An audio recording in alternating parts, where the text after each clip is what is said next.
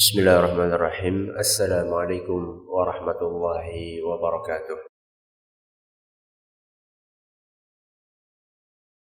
Alhamdulillahi rabbil alamin. Wabihi nasta'inu ala umuri dunya waddin.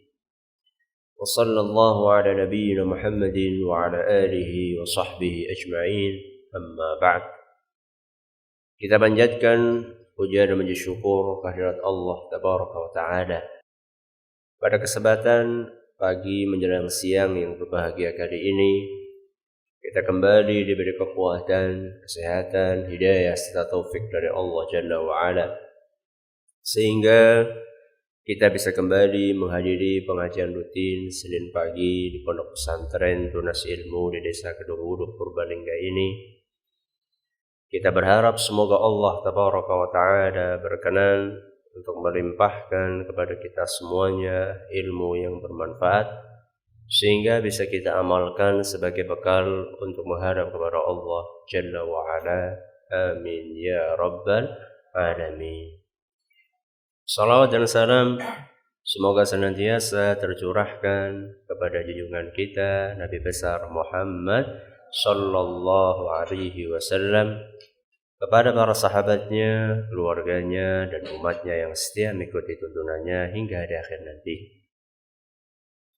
Ibu-ibu sekalian yang kami hormati dan juga segenap pendengar Radio Insani 88 FM di Purbalingga dan sekitarnya, para pendengar Radio Roja di Jakarta, di Bandung, di Lampung, dimanapun Anda berada, para pendengar Radio Muslim di Yogyakarta dan sekitarnya, serta para pemirsa Yufid TV dimanapun Anda berada. Pada kesempatan yang berbahagia kali ini, kita akan melanjutkan pembahasan tentang fikih pendidikan anak yang saat ini memasuki silsilah nomor 15, masih seputar karakter pendidik sukses. Bagaimanakah orang tua bisa sukses untuk mendidik anaknya? Yang pada kesempatan kali ini kita akan membahas sifat yang keenam, yaitu lemah lembut. Lemah lembut itu kebalikannya apa Bu? Kebalikannya kasar, keras. Itu kebalikannya adalah lemah lembut. Sifat lemah lembut adalah merupakan salah satu sifat yang sangat dicintai oleh Allah Azza wa Jalla. Bukan hanya itu, sifat ini juga merupakan sifat yang disukai oleh manusia. Makanya kalau panjenengan perhatikan, antara bos yang keras sama bos yang lemah lembut, lebih disukai mana Bu? Yang lemah lembut. Guru yang lemah lembut sama guru yang killer, lebih disukai mana Bu? Yang lemah lembut. Orang tua yang galak sama orang tua yang penyayang, lebih sukai mana Bu? Yang penyayang. Pokoknya yang namanya sifat lemah lembut pasti disukai. Dan Allah juga menyukai itu. Sebagaimana yang dijelaskan oleh Nabi kita Muhammad sallallahu alaihi wasallam dalam sebuah hadis yang diriwayatkan oleh Imam Bukhari dan Muslim, kata Nabi sallallahu alaihi wasallam, "Innallaha rafiqun." Sesungguhnya Allah itu maha lembut. Jadi Allah sendiri punya sifat maha lembut. Dan tidak ada sifat yang ada di dalam diri Allah kecuali sifat itu sifat yang terpuji. Setiap Allah punya sifat, pasti sifat itu terpuji. Tidak ada sifat Allah itu yang jelek, itu tidak ada. Nama-nama Allah itu semuanya mulia. Makanya namanya Asmaul Husna. Jadi nama-nama Allah, salah satu nama Allah Rafiq, yaitu maha lembut. Setiap nama Allah itu pasti bagus. Tidak ada nama Allah yang jelek. Bahkan Husna itu artinya sangat bagus. Bukan sekedar bagus, tapi sangat bagus. Begitu pula sifat-sifat Allah juga seperti itu. Innallaha rafiqun, sesungguhnya Allah itu maha lembut. yuhibbur rifqa fil amri kulli, dan Allah juga menyukai kelembutan di dalam segala urusan. Di dalam segala urusan Allah itu suka yang lembut-lembut. Manakala guru mengajari muridnya, Allah suka guru itu bersikap lembut. Manakala kepala pekerja atau ketua atau kepala tukang atau mandor yang lembut itu disukai sama Allah Azza wa Jalla. Pejabat yang lembut sama rakyatnya disukai sama Allah Azza wa Jalla. Orang tua yang lembut sama anak-anaknya disukai sama Allah Subhanahu wa ta'ala. Makanya Nabi SAW mengatakan wa yuhibbur rifqa fil amri kulli. Allah Subhanahu wa ta'ala itu menyukai kelembutan di dalam segala urusan. Segala urusan. Bahkan sampai-sampai Allah Azza wa Jalla ketika mengutus Rasulnya yang diutus untuk mendakwahi Fir'aun. Sinten bu? Rasul yang diutus untuk mendakwahi Fir'aun. Sinten? Nabi sinten? Musa. Kali sinten? Nabi Harun. Nabi Musa kali Nabi Harun diutus untuk mendakwahi Fir'aun. Fir'aun niku Islam napa kafir, Bu? Kafir. Bukan hanya kafir, Bu. Fir'aun itu dedengkotnya orang kafir. Pionirnya kekufuran di muka bumi. Yang Allah tahu bahwa Fir'aun ini nanti tidak akan masuk Islam. Artinya Fir'aun ini sampai mati tetap kafir. Allah tahu itu. Tapi ketika Allah mengutus Nabi Musa dan Nabi Harun untuk mendakwahi Fir'aun, apa kata Allah? Pesannya Allah kepada Nabi Musa dan Harun. Kata Allah Azza wa Jalla, faqula lahu qawlan layyina. Wahai Musa dan Harun, sampaikan dakwah ini kepadanya, kepada Fir'aun, dengan perkataan yang lembut. Bayangkan Bu, sampai Fir'aun yang kafir, bahkan ngaku Tuhan, yang mengatakan ana rabbukumul a'la, aku adalah Tuhan kalian yang paling tinggi. Berarti dia itu bukan cuma kafir, tapi kafir dan ngaku sebagai Tuhan. Bukan sembarang Tuhan, tapi Tuhan yang paling tinggi, lebih tinggi dari Allah Azza wa Jalla. Kebangetan apa mboten, Bu? Kebangetan, untuk kebangetan, Bu, tapi kebangetan banget. Itu pun ketika Nabi Musa diutus untuk mendakwahi Fir'aun, disuruh pakai sifat lemah lembut. Disuruh bicaranya dengan cara yang lembut. Maka sangat aneh Bu, di zaman ini ada dai yang kasar ketika mendakwahi sesama muslim. Bayangkan Bu, sesama muslim. Lawang sama orang kafir saja Nabi Musa dan Nabi Harun disuruh untuk bersikap lemah lembut. Bagaimana kalau berdakwah dengan sesama apa Bu? Muslim. Apalagi sesama muslim yang satu akidah, yang satu pemahaman, cuma melakukan sebuah kesalahan. Mestinya kalau sama orang kafir saja kita disuruh berlemah lembut di dalam beberapa kondisi, apalagi sama orang Islam. Bukan berarti kita nggak boleh bersikap tegas di dalam beberapa kondisi, boleh. Tapi jangan sampai lupa yang dominan itu apanya. Yang dominan itu lemah lembutnya atau sikap kerasnya. Ya coba kita lihat prakteknya Kanjeng Rasul SAW. Kalau Kanjeng Rasul itu lebih banyak lemah lembutnya, nopo lebih banyak sifat kerasnya Bu? Lemah lembutnya. Jadi kalau mau berdakwah, contohlah Rasul SAW. Dalam beberapa kondisi beliau bersikap tegas dan keras, tapi itu bukan dominan. Lebih banyak Nabi SAW lemah lembutnya daripada sikap kerasnya. Sikap keras pada posisinya, pada porsinya, sesuai dengan porsi yang sudah dicontohkan oleh Nabi SAW. Jangan sampai dibalik. Sebagian orang di zaman ini itu kalau dakwah lebih banyak kerasnya daripada apa Bu? Lembutnya. lebih banyak besengute daripada senyumnya. Tidak benar. Ya, ini tidak sesuai dengan apa yang diajarkan oleh Nabi kita Muhammad sallallahu alaihi wasallam. Kembali lagi kepada sikap lemah lembut, bahwa setiap jiwa itu menyukai kelembutan. Apalagi anak-anak yang masih polos dan masih lugu. Bahkan sampai anak ketika masih bayi, itu dia bisa sensitif sekali menerima kelembutan dan kasih sayang orang tuanya. Kalau tidak percaya, panjenengan ada yang masih punya bayi, Bu? Wonten? Masih ya? Coba bayi ibu yang 1 tahun atau katakanlah baru setengah tahun, baru 6 bulan umurnya, belum bisa jalan dan belum terlalu memahami makna apa yang Anda lakukan. Coba suatu saat ketika dia lagi berbaring, bukan lagi tidur, coba jenengan itu mukanya itu yang cerah di hadapan si bayi tersebut. Secerah mungkin jenengan muka jenengan pasang muka yang sangat cerah, kemudian jenengan senyum. Kira-kira bayinya ikut senyum enggak, Bu? Senyum. Padahal dia enggak tahu kenapa jenengan senyum.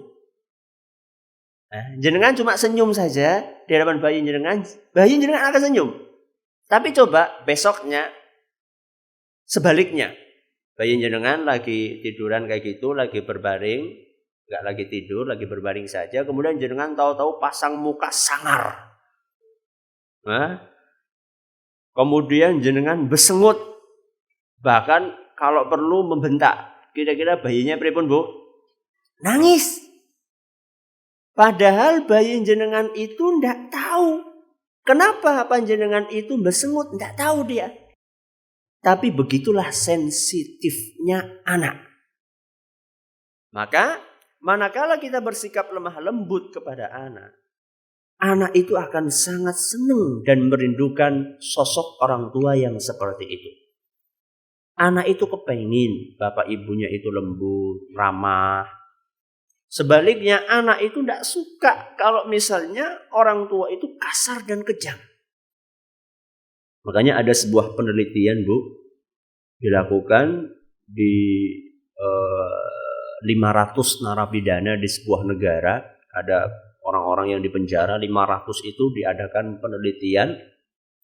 Dari 500 itu rata-rata kebanyakan dari mereka yang 500 penjahat itu, rata-rata mereka itu pertama kali melakukan kejahatan ketika usianya 12 sampai 13 tahun. Umur 12 tahun itu kelas pinten, Bu? Kelas pinten? 6 SD. Jadi mulai mateni wong umurnya pinten, Bu? Kelas 6 SD. Rata-rata seperti itu. Dari 500 penjahat, rata-rata mereka pertama kali melakukan kejahatan ketika usia masih SD. Ternyata ketika diteliti, kenapa kok mereka ketika SD sudah melakukan kejahatan seperti itu? Ternyata penyebab utamanya selain karena kurang agama adalah karena kurangnya kasih sayang dari orang tuanya. Nuhun sewu, banyak di zaman kita ini Masya Allah kalau bekerja itu sampai anak juga dikorbankan. Wong tuane kabehan kerja, tapi anaknya dititipakan kali sinten? Mbah, napa tanggane? Akhirnya udu anake bapake karo ibune, tapi dadine anake sinten? Anake tanggane. Bahkan ada yang belajar sampai ibunya, bapaknya bekerja, ibunya belajar sampai S2, S3. Tapi wis oleh ilmu S3, ilmu sing S3 niki bukan untuk anaknya, tapi untuk siapa? Untuk orang lain. Sedangkan anaknya terima dididik oleh tamatan SD. Masya Allah, ya. Wajar seandainya anak-anak seperti itu, pertumbuhannya itu terganggu. Anak yang mendapatkan kasih sayang dari orang tuanya lebih besar dibandingkan dengan porsi yang besar, maka dia akan tumbuh lebih cerdas dan lebih sehat dibandingkan anak yang usianya dini sudah berpisah dari orang tuanya. Maka kadang-kadang saya heran ketika ditanya, kenapa kamu itu bekerja tega-teganya meninggalkan anak di kampung, sedangkan kamu pergi ke luar negeri atau kamu pergi ke luar kota. Ya demi masa depan mereka. Masa depan apa? Ya. Masa depan apa? Apakah anak itu hanya membutuhkan uang dan makan saja? Ketika anak usianya dini, itu mereka itu lebih membutuhkan kasih sayang orang tuanya. Coba bayangkan, kira-kira anak itu akan tumbuh jadi apa ketika dia bangun pagi ibunya sudah berangkat kerja. Saat ibunya pulang malam-malam anaknya sudah nopo? Sudah tidur. Kapan dia mendapatkan belayan kasih sayang dari orang tuanya? Anak-anak yang seperti ini mau jadi apa? Tidak pernah mendapatkan senyuman dari ibunya. Tidak pernah mendapatkan belayan kasih sayang dari orang tuanya. Orang tua yang memiliki sikap lemah lembut, di dalam mendidik anaknya dia akan menuai banyak kebaikan. Sebaliknya, orang tua yang lebih dominan sikap kasar di dalam kesehariannya, maka akan lebih banyak mendatangkan keburukan buat anaknya. Sehingga yang terekam di dalam benak anaknya adalah kasar, keras, dan seterusnya. Makanya Nabi SAW mengingatkan dalam sebuah hadis yang diriwayatkan oleh Imam Muslim, innar rifqa la yakunu fi syai'in illa zanah. Sesungguhnya sifat lemah lembut itu tidaklah ada pada sesuatu, melainkan akan membuat sesuatu itu bagus. Jadi kalau misalnya seseorang itu punya sikap lemah lembut, pasti seorang itu akan kelihatan enak dipandang. Sebaliknya kata Nabi SAW, wala yunza'u min syai'in illa syanah. Tapi sebaliknya manakala sikap lemah lembut itu tidak ada dalam diri seseorang, dicabut dari diri orang itu, maka orang tersebut akan menjadi jelek. Hadis riwayat Muslim. Kalau jenengan tidak percaya, Bu, coba jenengan ibu-ibu saya tanya, lebih milih suami sing ganteng tapi kasar atau suami yang biasa-biasa saja tapi lembut, Bu? Sing ganteng lembut. Gue jenenge tuh milih. Pertanyaannya itu adalah ibu suruh milih antara suami yang biasa-biasa saja, ora pati yang ganteng tapi lembut, sama suami sing ganteng banget kayak bintang film. Ganteng tapi kasar repol. Milih yang mana, Bu? Yang biasa-biasa tapi lemah lembut. Kenapa? Karena lemah lembut itu membuat sesuatu menjadi indah. Walaupun suami itu tidak terlalu ganteng face-nya, atau bahkan mungkin bukan hanya nggak ganteng, tapi ya kalau dikasih skor nilai itu ya bijine 5,5 lah. Ya pol-polnya 6 lah, orang apa-apa lah, tambahin sedikit. Kemudian itu dari sisi mukanya, dari sisi kulitnya juga ya mandan peteng kulitnya. Ya, alias ireng ya. Kemudian postur tubuhnya juga enggak terlalu ya begitulah ya. Enggak terlalu gagah, biasa-biasa saja ya. Tapi dengan penampilan fisik yang kurang meyakinkan tersebut, suami itu lembutnya pol. Bisa jadi jenengan itu akan lebih suka kepada suami yang seperti itu penampilannya, lahiriahnya, dengan sikap lemah lembut yang ada dalam dirinya. Kenapa? Karena sikap lemah lembut itu akan membuat sesuatu menjadi enak dan indah dipandang. Kebalikannya, kata Nabi SAW, kalau misalnya ada orang tidak punya sikap lemah lembut, walaupun penampilan lahiriahnya itu bagus, ganteng, gagah, putih,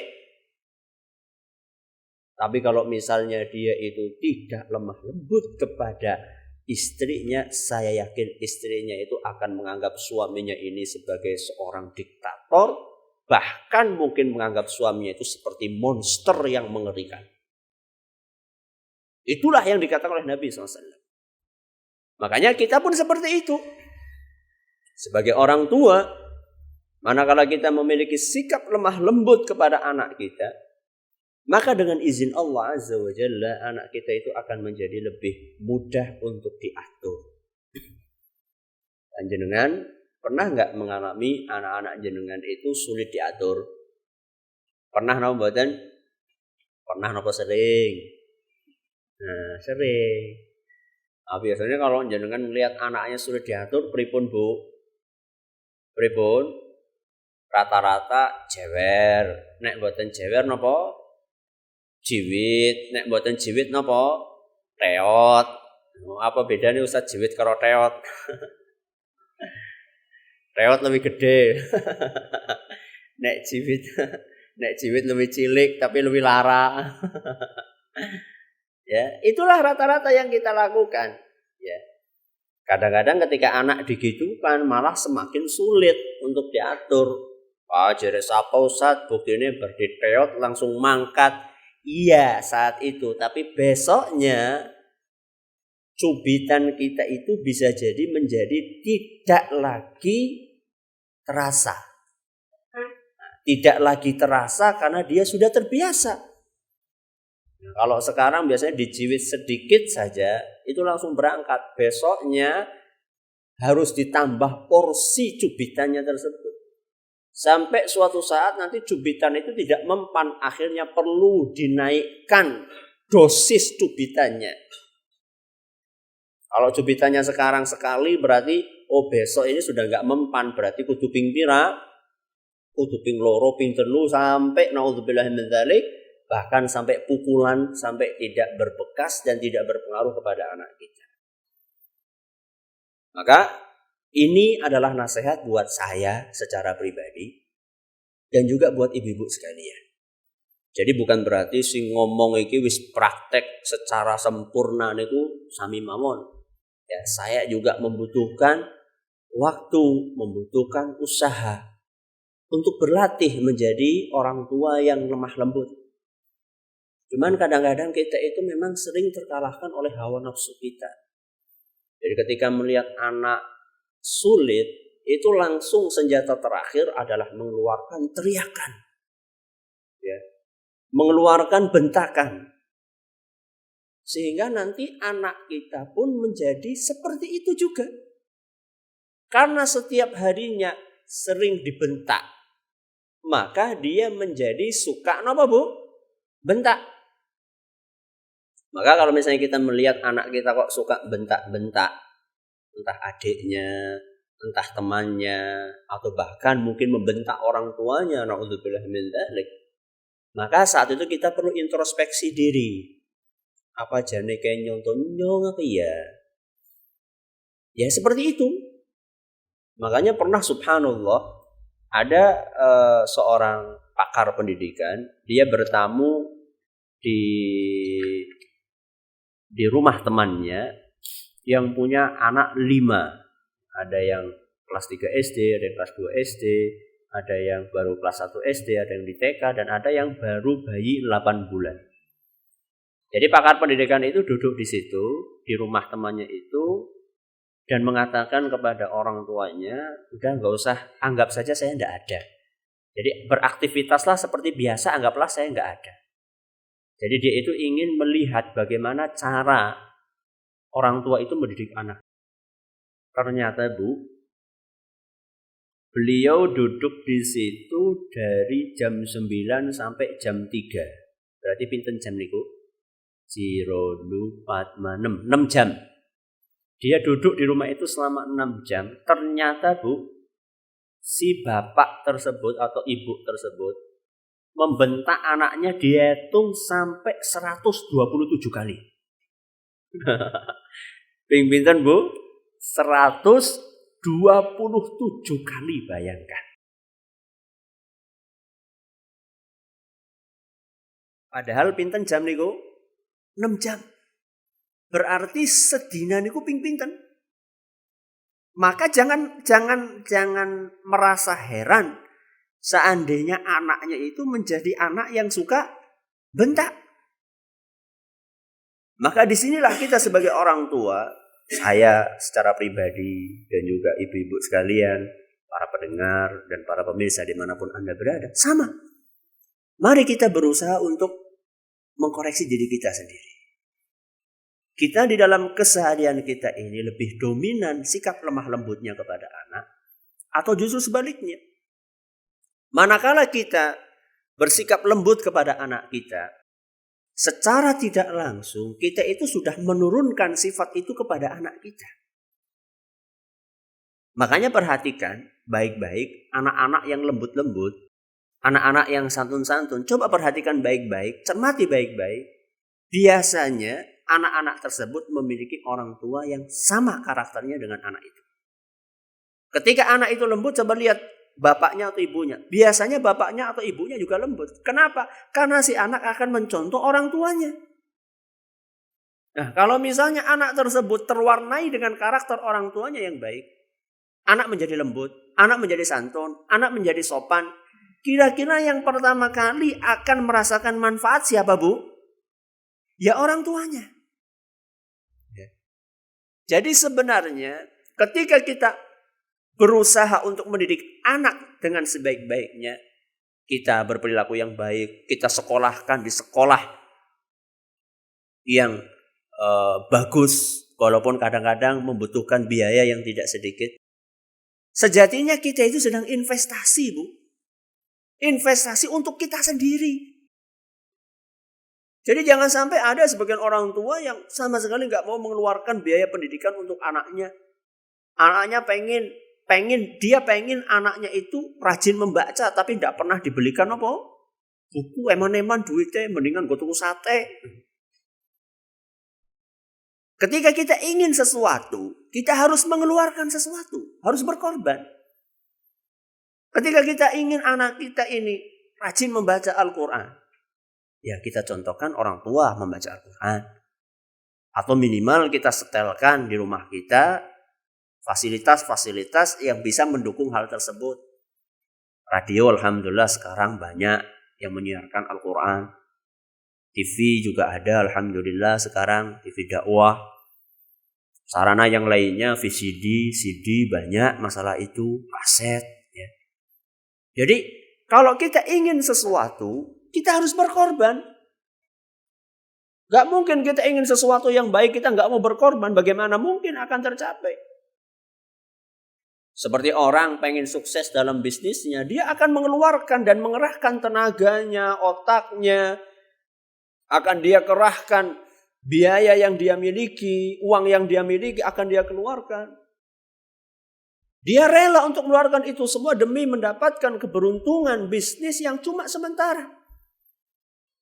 Adapun kalau kita investasi mengeluarkan biaya yang banyak, kemudian kita berusaha memperbaiki diri kita agar anak kita menjadi anak yang baik. Sejatinya kita telah investasi bukan hanya investasi dunia, tapi juga investasi apa, Bu? Akhirat. Di dunia anak itu akan baik kepada kita, akan lembut kepada kita, apalagi manakala kita sudah lanjut usia nanti. Wah, enak sekali, Bu. Alangkah nyamannya menjadi orang tua yang sudah lanjut usia, dilayani oleh anaknya dengan lemah lembut. Anaknya jarang sekali mengeluh ketika melayani orang tuanya, menyiapkan makanan untuk orang tuanya. Enak sekali, Bu. Pensiunan, segala sesuatu sudah ditanggung, sudah disediakan oleh anak-anaknya. Tapi coba bayangkan, ketika ada orang tua yang sudah tua, boro-boro mendapatkan kasih sayang dari orang tuanya, justru malah dimasukkan orang tuanya kemana, Bu? Ke panti jompo. Walaupun dikirimi duit setiap bulan, tapi yang dibutuhkan itu bukan duitnya. Yang dibutuhkan itu adalah belayan kasih sayang dari anaknya. Minimal untuk mengganti belayan kasih sayang orang tua kepada anaknya ketika dia masih kecil. Minimal itu seperti itu. Jadi ketika kita berperilaku lembut kepada anak kita, secara tidak langsung kita telah menurunkan sifat itu kepada si anak. Dan yang akan memetik manfaatnya pertama kali adalah kita sebagai orang tua. Itu baru di dunia, belum di akhirat nanti. Ketika anak-anak kita masih setia untuk mendoakan orang tuanya. Bahkan sampai-sampai dalam sebuah hadis yang sahih diceritakan bahwasanya ada sebagian orang tua yang nanti pada hari kiamat tahu-tahu derajatnya itu dinaikkan sama Allah Azza wa Jalla padahal amalannya pas-pasan. Maka orang tua itu berkata kepada Allah, wahai Rabbi, dari mana ini?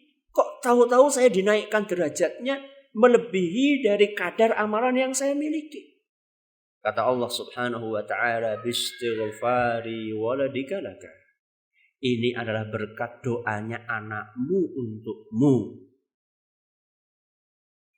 Karena anakmu rajin mendoakan dirimu ketika kamu sudah meninggal dan dia masih hidup, maka kamu pun dinaikkan derajatnya berkat doa dari anak. Ini kan luar biasa. Jadi jerih payah yang kita keluarkan dahulu ketika kita di dunia. Capeknya kita mendidik anak kita sampai kurang tidur kita. Menahan nafsu kita, menahan emosi kita. Itu tidak akan terbuang sia-sia. Kita akan memetik dampak dan buah manis dari apa yang kita tanam. Sopo sing nandur bakal napa Bu? Ngunduh. Barang siapa yang menanam dia akan mengetam.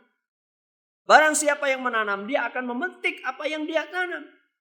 Kalau misalnya dia menanam sesuatu yang baik, maka buah yang dipetik juga sesuatu yang baik. Kalau dia menanam yang jelek, maka yang dia petik pun juga sesuatu yang jelek.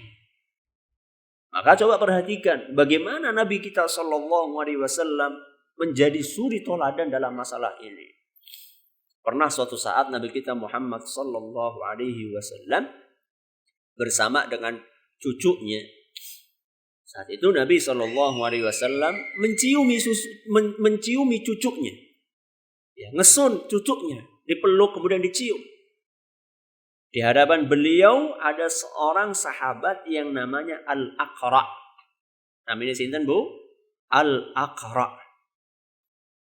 Ketika melihat Al-Aqra ini, ketika melihat Nabi SAW mencium cucunya, maka Al-Aqra berkata, ya Rasulullah, inna li 'asharatun minal walad. Wahai Rasul, saya punya anak 10. Pinten Bu anaknya Bu? 10. Saya punya anak 10. Ma qabbaltu minhum ahadan. Sampai detik ini wahai Rasul, satu pun dari anakku tidak pernah saya cium. Jadi Al-Aqra ini mungkin ingin menunjukkan bahwa ini loh saya orang tua yang jantan. Ini loh saya orang tua yang tegas. Nah, jadi saya itu nggak mudah-mudah mencium anak saya. Mungkin menurut pandangan dia kalau mencium anak itu menunjukkan orang tua yang lembek. Mungkin menurut dia seperti itu. Maka Nabi SAW ketika mendengar komentarnya Al-Aqra, Nabi SAW mengatakan, innahu man la yarham la yurham. Ketahuilah bahwa orang yang tidak menyayangi orang lain itu tidak akan disayang oleh siapa? Allah. Iya kok. Tidak disayang sama siapa? Allah. Makanya kalau kita ingin disayang sama Allah, sayangi orang lain. Innahu man la yarham la yurham. Orang yang tidak sayang sama orang lain tidak akan disayang sama Allah Subhanahu wa ta'ala. Maka ini orang bain-bain. Ya, ini bukan main-main ini. Gak disayang sama Allah. Wah, bisa bingung kita gak disayang sama Allah Subhanahu wa ta'ala. Ini praktek Nabi SAW. Jadi Nabi SAW terbiasa untuk mencium anaknya, untuk mencium cucunya, memeluk dia.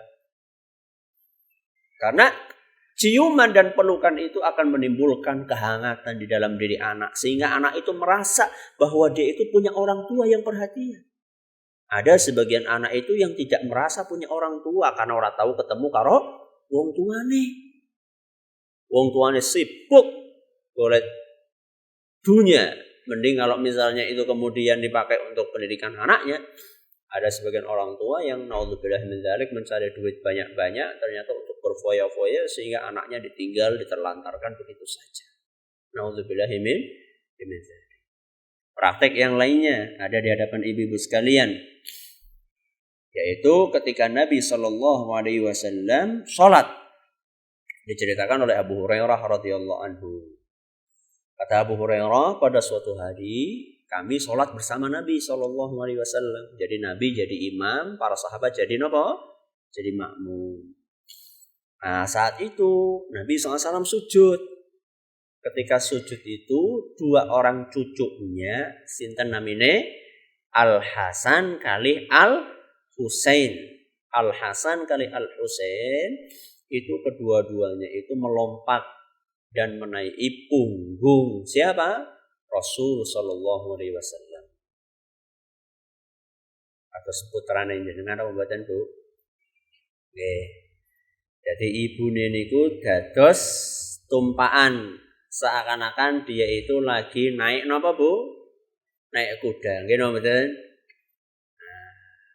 Bagaimana coba lihat bagaimana Nabi Sallallahu Alaihi Wasallam menyikapi dua orang cucunya tersebut.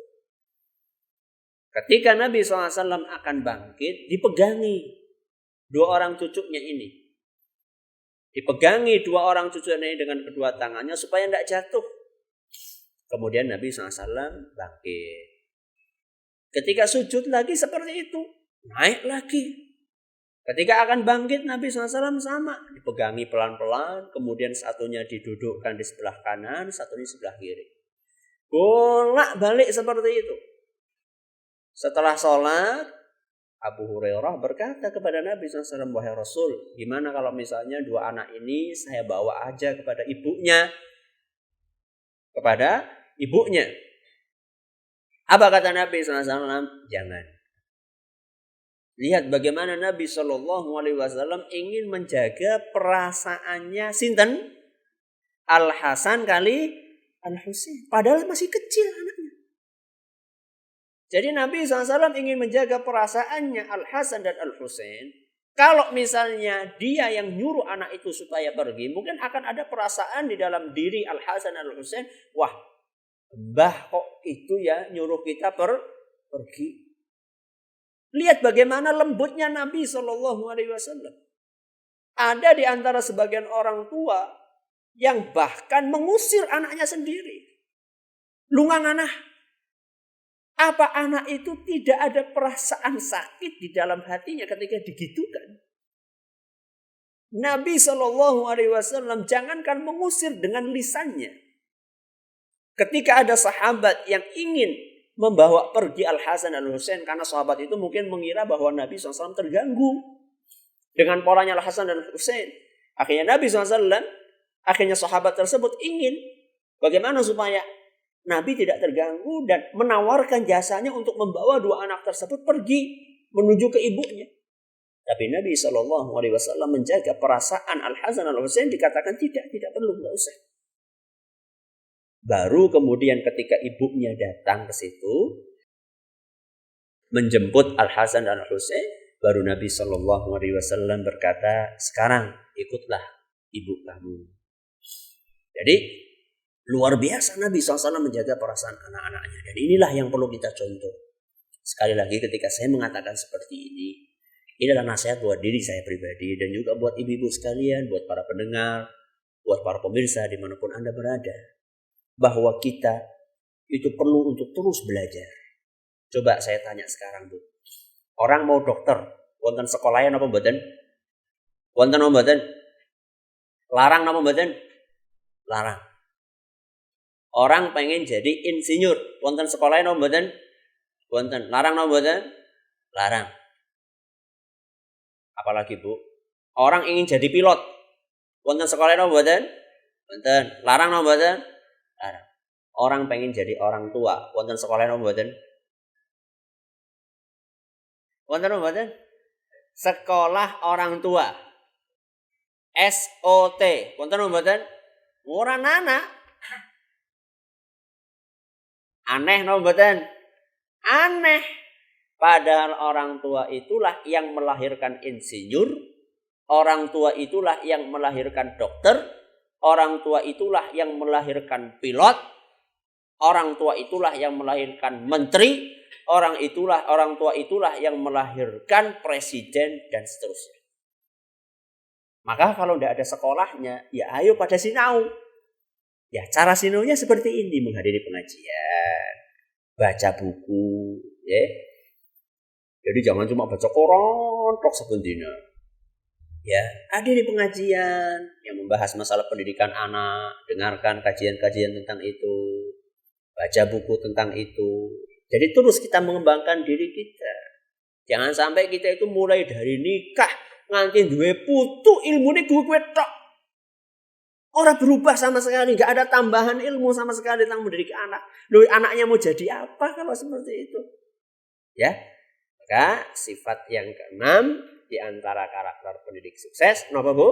Sikap lemah lembut. Semoga yang sedikit ini bermanfaat. Wallahu taala alam. Terima kasih atas perhatiannya. Mohon maaf segala kekurangannya. Kita tutup dengan membaca subhanakallahumma bihamdika asyhadu an la ilaha illa anta astaghfiruka wa atubu ilaik. Assalamualaikum warahmatullahi wabarakatuh.